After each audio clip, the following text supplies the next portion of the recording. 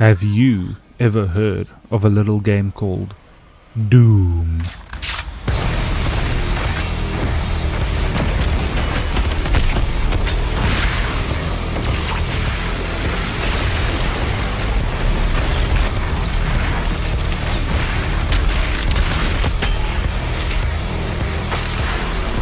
If not, let me introduce you. Doom will go down as one of the best action franchises in gaming history. Hell, it even spawned a whole subgenre called Doom clones.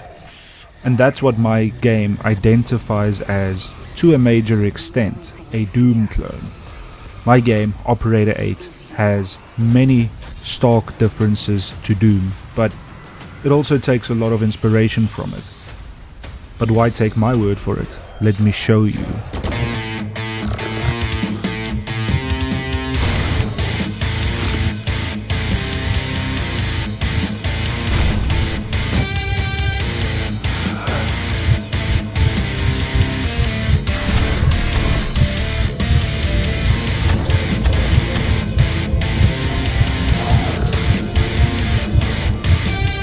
The newer Doom games have become run-and-gun momentum style games, and as fun as that is, and they are, the real Doom experience lies in the old games like Doom 3.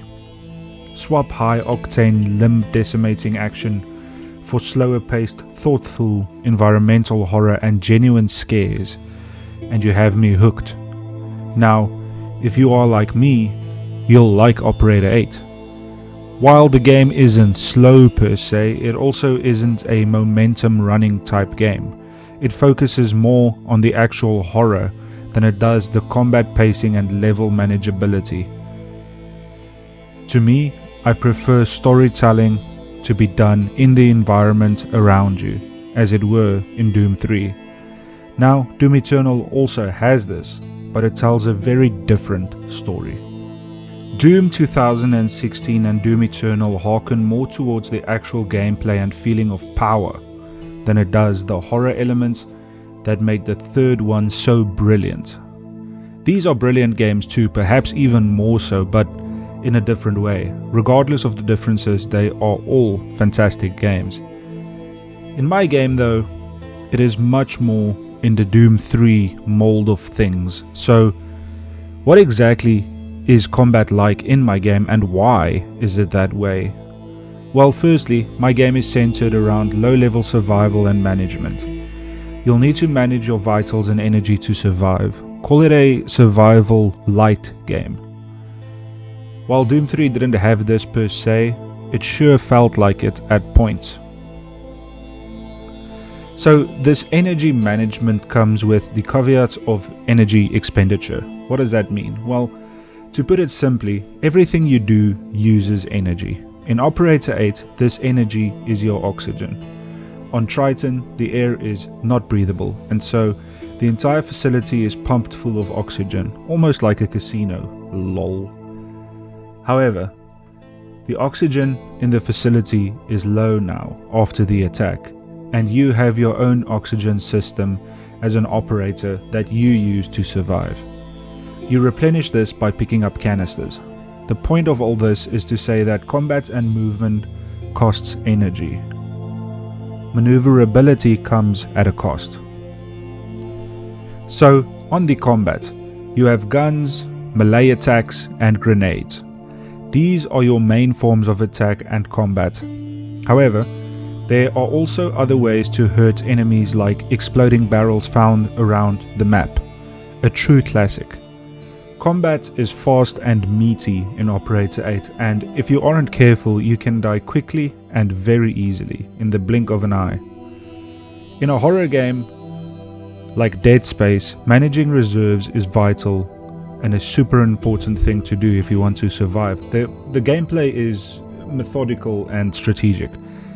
I hope to emulate this to some extent by giving the player enough tools to survive, but not so many that the experience becomes easy.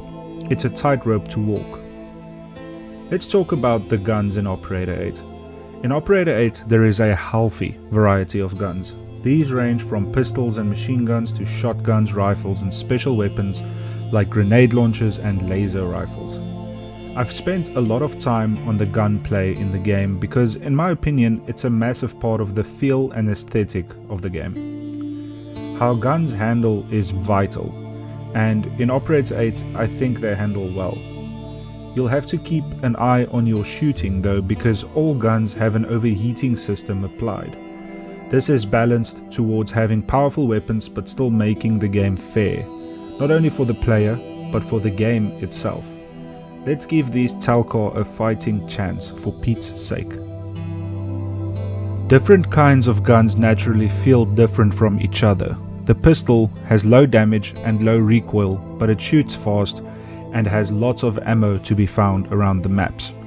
The shotgun is the direct invert of this. High damage and high output, but low ammo and slow shooting. The laser rifle has incredible damage, but can only be used for a few seconds before overheating.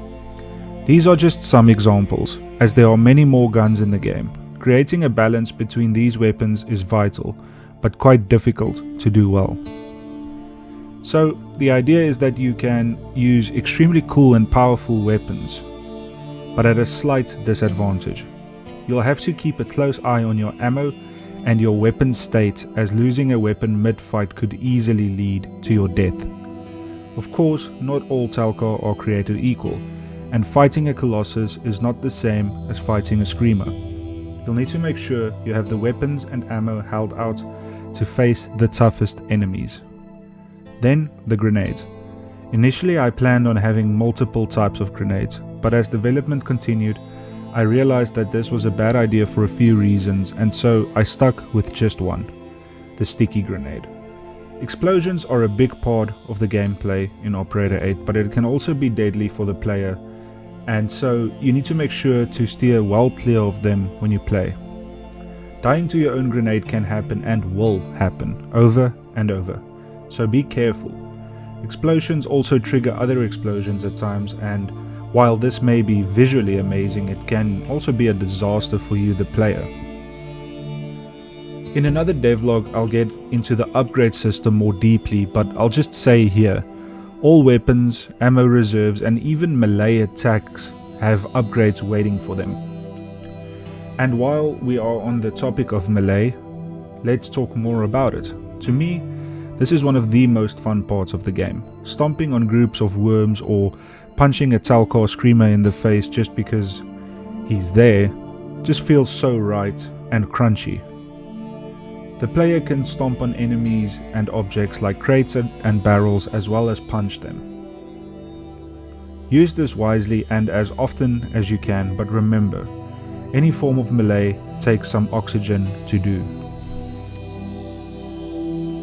Take all of these factors and combine them to get some pretty high impact and high intensity action scenes where you'll need to face off against hordes of Talcar while using some pretty unique and cool weapons to do so. Horde management and weapon selection is vital in Operator 8. Using a pistol against a Talcar Spurt seems like a bad idea, and it probably is. You'll probably run out of ammo before you kill it. However, using a grenade launcher might work pretty quickly. Ammo management is something that I've put a lot of thought into and have changed around a few times between updates. It's vital, but quite hard to get the exact correct balance between having enough ammo to defend yourself but also not having enough to explore and to try and find some reserves. The player will find many interesting locations throughout the game, and some of these will provide new weapons and ammo reserves. This hopefully encourages exploration and player engagement with the world. I'm not quite done yet, but I think the game feels pretty good. Let me know what you think down below. Does the combat look satisfying? I recently opened a Patreon, so if you want to support me, a link for that will be down below as well. The game is launching pretty soon. It is coming out the 12th of November, and it is 99% done, but there are still a few things to fix and patch up. In the early access period, I have released more than 30 or 40 updates, and so the game has come a very long way. I hope to see you in the next video. Thanks for watching. Happy hunting, Operator8.